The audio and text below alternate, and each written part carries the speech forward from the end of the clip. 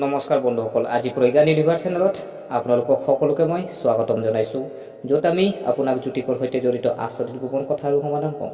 আজি আমি লৈ আহিছোঁ বৃশ্চিক ৰাশিৰ জাতক জাতিকাসকলৰ মাৰ্চ মাহটোৰ ৰাশিৰ ফলাফল কেনেকুৱা হ'ব। গতিকে পলম নকৰি আহকচোন ভিডিঅ'টো আৰম্ভ কৰোঁ।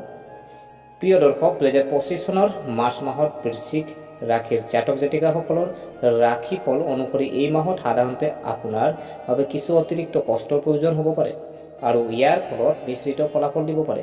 অৱশ্যে এই ফলাফলবোৰ গড় হিচাপতকৈ অলপ ভাল হ'ব পাৰে। আপোনাৰ লগ্ন বা ৰাশিৰ প্ৰভু মংগল এই মাহটোৰ ভিতৰত অষ্টম স্থানত থাকিব, যিটো মংগল গ্ৰহৰ বাবে ভাল অৱস্থান নহয়। অৰ্থাৎ মংগল গ্ৰহৰ পৰা আমি কোনো বিশেষ সমৰ্থন আশা কৰা উচিত নহয়। এই মাহত সূৰ্য গ্ৰহৰ ওচৰত ক্ৰমে চতুৰ্থ আৰু পঞ্চম স্থানত হ'ব, গতিকে সূৰ্যৰ পৰাও অনুকূলতা আশা কৰা উচিত নহয়। দুৰ্বল অৱস্থাত বুধ গ্ৰহৰ পঞ্চম স্থানত থাকিব, অৰ্থাৎ বুধেও আপোনাক অনুকূল ফলাফল দিব নোৱাৰিব। বৃহস্পতি এই মাহত আপোনাৰ সপ্তম স্থানত চন্দ্ৰৰ নক্ষত্ৰত থাকিব। এনে পৰিস্থিতিত বৃহস্পতি গ্ৰহই আপোনাক সম্পূৰ্ণ অনুকূলতা দিবলৈ চেষ্টা কৰিব। এই মাহত পঞ্চম স্থানত শুক্ৰৰ উচ্চ অৱস্থা হ'ব। এনে পৰিস্থিতিত শুক্ৰৰ পৰাও ভাল অনুকূলতা থকা যেন লাগে।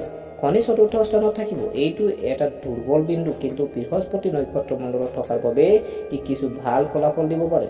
অৰ্থাৎ শনিয়ে যেন দুৰ্বল ফলাফল দিছে। পঞ্চম স্থানত ৰাহুক দুৰ্বল বুলি গণ্য কৰা হ'ব, যদিও বৃহস্পতি নক্ষত্ৰ মণ্ডলত থকাৰ বাবে ই কিছুমান ক্ষেত্ৰত ভাল ফলাফল দিব পাৰে। ইয়াক আমি দুৰ্বল ফলাফল দিয়াও বুলি বিবেচনা কৰিব পাৰোঁ। কেতু লাভৰ ঘৰত সূৰ্য নক্ষত্ৰত থাকিব, সেয়ে কেতুৱে আপোনাক গড় ফলাফলতকৈ ভাল ফলাফল দিব পাৰে। এইদৰে আমি দেখিবলৈ পাওঁ যে 2025 চনৰ মাৰ্চ মাহে আপোনাক মিশ্ৰিত ফলাফলতকৈ ভাল ফলাফল দিব পাৰে। যদি আমি কৰ্মক্ষেত্ৰ যদি চাওঁ, আপোনাৰ কেৰিয়াৰৰ পদৰ প্ৰভু এই মাহত ক্ৰমে চতুৰ্থ আৰু পঞ্চম স্থানত থাকিব। এই দুয়োটা অৱস্থাত সূৰ্যৰ গ্ৰহ ভাৱে অনুকূল বুলি গণ্য কৰা নহ'ব। অৱশ্যে চতুৰ্থ স্থানত থকাৰ বাবে সূৰ্যৰ দশম স্থানৰ দিশ দিব, যিয়ে কাম সম্পৰ্কীয় বিষয়ত মাজে মাজে অলপ সহায় কৰিব পাৰে। অৱশ্যে এই সামান্য সহায়ক লৈ অত্যাধিক চিন্তিত হোৱাৰ প্ৰয়োজন নাই, বৰঞ্চ এই মাহটোৰ ভিতৰত কামৰ ক্ষেত্ৰত সম্পূৰ্ণ সচেতনতাৰে কাম কৰাৰ প্ৰয়োজন হ'ব। মাহৰ দ্বিতীয়াৰ্ধত সূৰ্য পঞ্চম স্থানত থাকিব। যদিও পঞ্চম স্থানত সূৰ্যৰ সংক্ৰমণ হ'ব বুলি গণ্য কৰা নহয়, কিন্তু কাল পুৰুষৰ ৰাশিফলত পঞ্চম স্থান সূৰ্যৰ নিজৰ ঘৰ। এনে পৰিস্থিতিত যদি আমি তুলনা কৰোঁ, তেন্তে মাহৰ দ্বিতীয়াৰ্ধত সূৰ্য শক্তিশালী বুলি কোৱা হ'ব, অৰ্থাৎ ই উন্নত ফলাফল দিব পাৰে। ব্যৱসায়ৰ তাৎপৰ্যপূৰ্ণ বুধ এই মাহত ভাল অৱস্থাত নাই। পৰিস্থিতিত অনুযায়ী ভাল নহয়, ৰাশি অনুযায়ী ভাল নহয়। গতিকে এই মাহত ব্যৱসায়ত কোনো ধৰণৰ আপুনি ডাঙৰ বিনিয়োগ কৰাটো উপযুক্ত নহ'ব। বিশেষকৈ বন্ধু বা ঘনিষ্ঠ ব্যক্তিৰ পৰামৰ্শৰ ভিত্তিত কোনো নতুন ব্যৱসায়ত যোগদান কৰাটো উপযুক্ত নহ'ব। নিয়োজিত জাতক জাতিকাও এই মাহত অধিক কষ্ট কৰিব লাগিব। যদিও আপুনি আপোনাৰ কঠোৰ পৰিশ্ৰমৰ ফল সোনকালে বা পিছত পায়, সেই মাহত আপুনি আপোনাৰ কঠোৰ পৰিশ্ৰম ফল তৎক্ষণাত নাপাবও পাৰে। ফলত আপুনি অলপ হতাশ হ'ব পাৰে। ইয়াৰ অৰ্থ হ'ল মাৰ্চ মাহটো আপোনাৰ কৰ্মক্ষেত্ৰৰ বাবে অলপ দুৰ্বল যেন লাগে। ব্যৱসায়ৰ কথা হওক বা নিয়োজিত মানুহৰ কথাই হওক, দুয়োবিধ লোকে এই মাহত কৰ্ম সংক্ৰান্তীয় সাফল্যত কিছু অসন্তুষ্ট হৈ থাকিব পাৰে। আমি যদি অৰ্থনৈতিক দিশটো যদি চোৱা হয়, 2025 চনৰ মাৰ্চ মাহৰ ৰাশিফল অনুসৰি যদি আমি আৰ্থিক বিষয়ৰ কথা কওঁ, তেন্তে আপোনাৰ লাভৰ ঘৰত প্ৰভু বুধৰ স্থিতি এই মাহত দুৰ্বল।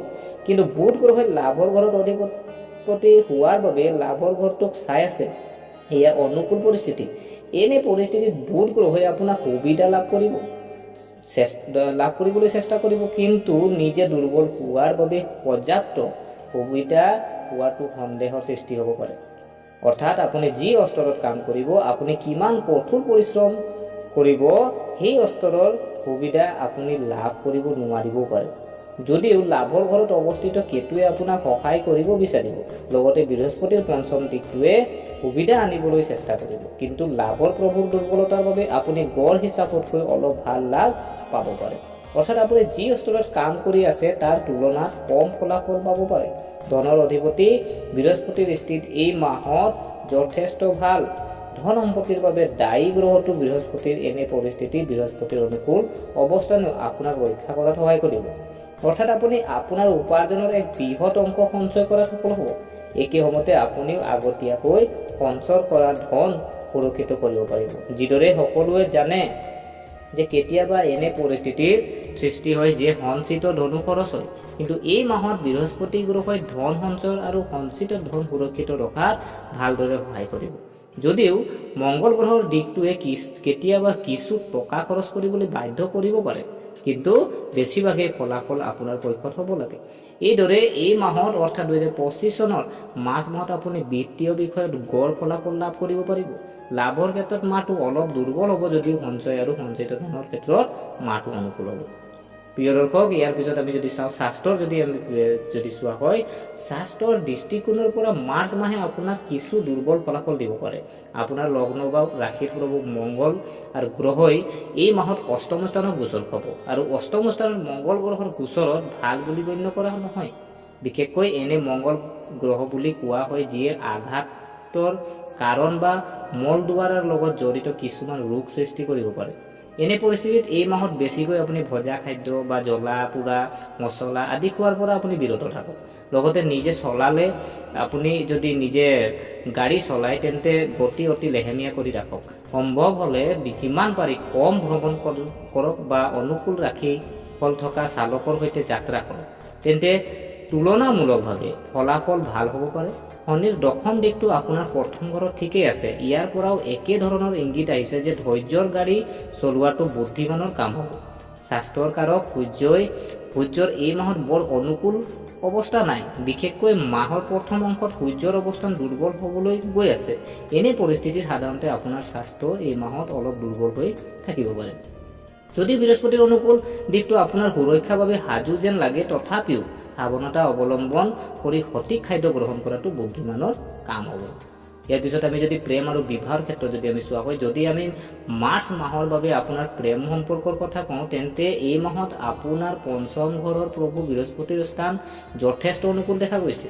বৃহস্পতি পঞ্চম স্থানৰ অধিপতি হোৱাৰ বাবে সপ্তম স্থানত থাকিব, আৰু শুক্ৰ সপ্তম স্থানৰ অধিপতি হোৱাৰ বাবে উচ্চ অৱস্থান পঞ্চম স্থানত থাকিব। এই দুয়োটা পৰিস্থিতিকে প্ৰেমৰ সম্পৰ্কৰ বাবে যথেষ্ট অনুকূল বুলি গণ্য কৰা হ'ব।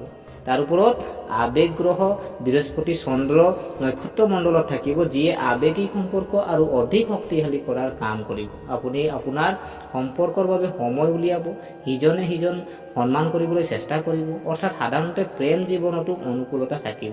কেৱল পঞ্চম স্থানত দুৰ্বল বুধৰ উপস্থিতি আৰু ৰাহুৰ লগত সংগীত ইয়াৰ পৰা বুজা যায় যে মাজে মাজে কোনো বিষয়ক লৈ সন্দেহ বা ভুল বুজাবুজি হ'ব পাৰে। গতিকে এনে পৰিস্থিতিত বেয়া শব্দ ব্যৱহাৰৰ পৰা বিৰত থকা উচিত।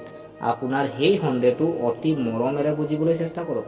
অতি সোনকালে ভুল বুজাবুজিৰ সমাধান হোৱাটো স্বাভাৱিক, আৰু আপুনি আপোনাৰ প্ৰেম জীৱনক ভালকৈ উপভোগ কৰিবলৈ সক্ষম হ'ব। প্ৰেমৰ কাৰক শুক্ৰও যেন এই মাহত আপোনাৰ বাবে সম্পূৰ্ণ ইতিবাচক ফলাফল দিছে। গতিকে সামগ্ৰিকভাৱে আপুনি আপোনাৰ প্ৰেম জীৱনৰ উপভোগ কৰা দেখা যাব। যদি আমি বৈবাহিক জীৱন অৰ্থাৎ বৈবাহিক সুখৰ কথা যদি কওঁ, তেন্তে এই ক্ষেত্ৰত এই মাহত শুক্ৰৰ অনুকূল অৱস্থান বৈবাহিক সুখৰ গ্ৰাফ আৰু অধিক বৃদ্ধি কৰাত সহায় কৰিব পাৰে। বৃহস্পতিৰ ইতিবাচক অৱস্থানেও বৈবাহিক সুখ বৃদ্ধিত সহায় কৰিব পাৰে। যদি মংগল সূৰ্য আৰু শনিৰ দৰে গ্ৰহৰ পৰা কোনো সমৰ্থন নাথাকিব, তথাপিও দম্পতী ঘৰৰ সৈতে প্ৰত্যক্ষভাৱে জড়িত গ্ৰহসমূহৰ অনুকূল অৱস্থানে ইংগিত দিছে যে এই মাহত বৈবাহিক সুখত অনুকূলতা থাকিব। ইয়াৰ পিছত যদি আমি পৰিয়ালৰ যদি চোৱা হয়, 2025 চনৰ মাৰ্চ মাহৰ ৰাশিফল অনুসৰি সাধাৰণতে মাৰ্চ মাহে আপোনাৰ পাৰিবাৰিক বিষয়ত অনুকূল ফলাফল দিয়ে যেন লাগে, আৰু তোমাৰ দ্বিতীয় গৃহৰ প্ৰভু বৃহস্পতি সপ্তম স্থানত পাৰ হৈ গৈ আছে। এইটো নিজৰ বাবে অনুকূল হয়। তাৰ ওপৰত এই মাহত বৃহস্পতি চন্দ্ৰ নক্ষত্ৰ মণ্ডলত থাকিব, ফলত আপোনাৰ পৰিয়ালৰ সদস্যৰ সৈতে আপোনাৰ আৱেগিক বন্ধন আদি দৃঢ় হ'ব পাৰে। যদি পৰিয়ালৰ কোনো সদস্যৰ কাৰোবাৰ লগত, বিশেষকৈ আপোনাৰ লগত কোনো ধৰণৰ মতানৈক্য থাকে, তেন্তে এই মতানৈক্য সমাধান এই মাহটোত অতি সহায়ক বুলি প্ৰমাণিত হ'ব পাৰে। যদিও মংগল গ্ৰহৰ দিশটো এই মাহত দ্বিতীয় স্থানত থাকিব, যাৰ ফলত কেতিয়াবা কিছু তৰ্ক বা ক্ষোভৰ পৰিৱেশৰ জন্ম হ'ব পাৰে। কিন্তু ইতিবাচক কথাটো হ'ব যে এনে পৰিস্থিতিৰ সৃষ্টি হ'লে অলপ কষ্ট কৰিলেও এনে নেতিবাচকতা শান্ত কৰিবলৈ সক্ষম হ'ব। এই মাহত ভাই ভনীৰ সৈতে সম্পৰ্ক সাধাৰণতে অনুকূল। আজি যদি চোৱা হয়, ভাই ভনীৰ পৰিয়ালৰ সৈতে জড়িত বিষয়ৰ যদি আমি কথা কওঁ তেন্তে এই বিষয়ৰ গ্ৰহৰ অৱস্থানবোৰ প্ৰত্যক্ষভাৱে অনুকূল যেন নালাগিব। আৰু চতুৰ্থ স্থানত শনিৰ অৱস্থান আৰু মাহৰ প্ৰথম অংশত শনি আৰু সূৰ্যৰ সংযোগে বায়ুমণ্ডলক বিঘ্নিত কৰাৰ কাম কৰিব পাৰে। কিন্তু এই সকলোবোৰৰ মাজত অনুকূল কথাটো হ'ব যে চতুৰ্থ স্থানৰ প্ৰভু হিচাপে শনি গ্ৰহটোৱে চতুৰ্থ স্থানত থকাৰ সময়তে বৃহস্পতি নক্ষত্ৰমণ্ডলত গতি কৰিব, যিটো এটা ইংগিত যে যদি আপুনি সঠিক সিদ্ধান্ত ল'বলৈ চেষ্টা কৰে আৰু ঘৰ সম্পৰ্কীয় বিষয়সমূহ সঠিকভাৱে পৰিচালনা কৰিব, কথাবোৰ আৰু পৰিস্থিতিবোৰ ক্ৰমত থাকিব, অৰ্থাৎ সমস্যাৰ সম্ভাৱনা আছে। কিন্তু এই মাহত আপোনাৰ জ্ঞান আৰু অভিজ্ঞতা সমস্যাবোৰ আঁতৰোৱাত সহায় হ'ব। আমি প্ৰতিকাৰ যদি চাওঁ, মন্দিৰত আপুনি গুড় আৰু বুটৰ দালি দান কৰক। সম্ভৱ হ'লে প্ৰতিদিনে নহ'লেও বুধবাৰে হ'লেও গৰুক আপুনি সেউজীয়া খাদ্য খুৱাব লাগে। আৰু শনিবাৰে আপুনি পাৰিলে নিজৰ সামৰ্থ্য অনুসৰি ভোকাতুৰ মানুহক আপুনি খুৱাব। প্ৰিয় দৰ্শক, গতিকে আশা কৰোঁ আপোনাক ভিডিঅ'টো চাই ভাল পালে। যদি এই ভিডিঅ' আপোনাক কিঞ্চিতো মানুহ লাভান্বিত কৰিছে তেনেহ'লে লাইক কৰিব, শ্বেয়াৰ কৰিব আৰু আমাৰ চেনেলটো ছাবস্ক্ৰাইব কৰি উৎসাহিত কৰিব বুলি আশা ৰাখিলোঁ। পুনৰ লগ পোৱাৰ প্ৰতিশ্ৰুতিৰে আজিলৈ বিদায় মাগিলোঁ। ধন্যবাদ।